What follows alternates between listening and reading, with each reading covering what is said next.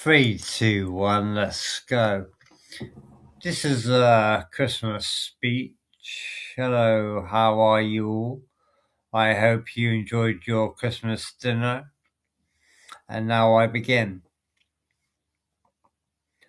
Scripture tells us that when Joshua and the Israelites arrived at the gates of Jericho, they could not enter. The walls of the city were too steep for any one person to climb. They were too strong to be taken down by brute force. So the people sat for days, unable to pass on through. But God had a plan for his people. He told them, stand together, march together around the city. On the seventh day, Sunday, he told them that when they heard the sound of the ram's horn, they should speak with one voice, one people. At the chosen hour, when the horn sounded, a chorus of voices cried out together, the people as one. The mighty walls of Jericho came tumbling down. And that's what Scripture tells us. Scripture also tells us we are judged not by word but by deed.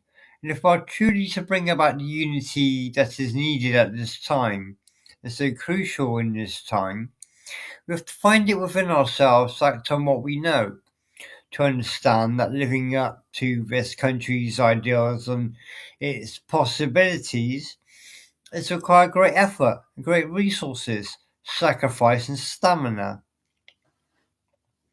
We cannot decry a creed called No Child Left Behind and then leave the money behind. That is not serious effort in bringing about unity that is needed. We cannot celebrate Dr. Martin Luther King's dream and still have insufficient funds to cash in that promissory note that was promised at the beginning of the USA and Independence Day. And people have remarked on the fact I talk about hope a lot on social media. They tease me a little bit. Some would get quite angry and quite scornful. They say, you're talking about hope again. You're so idealistic, you're so naive, you're a hope monger. It's okay, sure, I talk about hope. I talk about it a lot because the odds of me being here today is so small, so remote. I could not have gotten here without a little hope.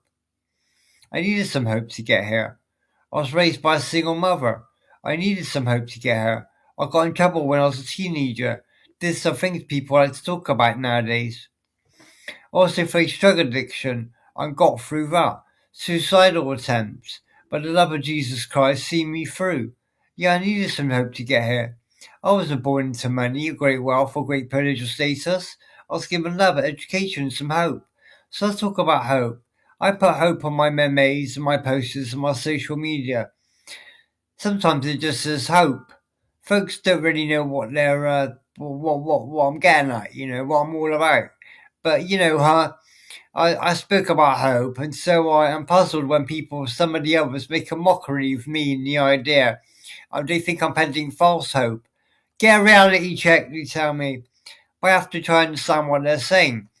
The implication is, if you're hopeful, you must somehow be engaged in wishful thinking. Your head must be in the clouds. You must be passive and just sit back and wait for things to happen to you. That seems to be the implication. So I have to explain hope that is not what hope is. Hope is not blind optimism. Hope is not ignorance. Hope is just the opposite. Change does not come from the top down. In Britain or anywhere else in the world, it happens from the bottom up. It happens with ordinary people like me doing extraordinary things. It was all of you decide that change must come. But I know. It wasn't just one voice. It wasn't just one voice that shouted before the walls of Jericho. It was all the voices, the chorus of voices, the people together as one. That gives me hope. It's not just those who are sent to high office and get power like the Prime Minister, but changes are happening in ordinary places. The stories that give me my hope don't just happen in the spotlight. And when I think about Dr. Martin Luther King and the civil rights movement, I suspect he was not sustained by having dinner with presidents and celebrities and eating fine meals, but not by getting the Nobel Peace Prize either, but by coming back to church and seeing the mothers and fathers of the church, vicars and reverends, those who maintain their dignity by standing up straight in the face of injustice. That's where I draw my hope. I saw God in their faces at church. Those stories don't just happen on primetime stage. They happen in the quiet times of our lives. They happen in the moments we least expect. That is our hope. If only we prayed together, if we worked together, if we marched together, people, we cannot walk alone.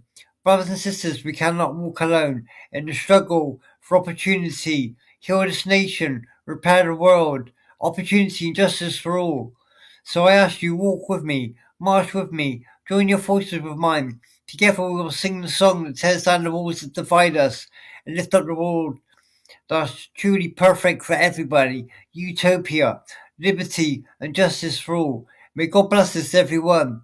Merry Christmas and Happy New Year. Thank you.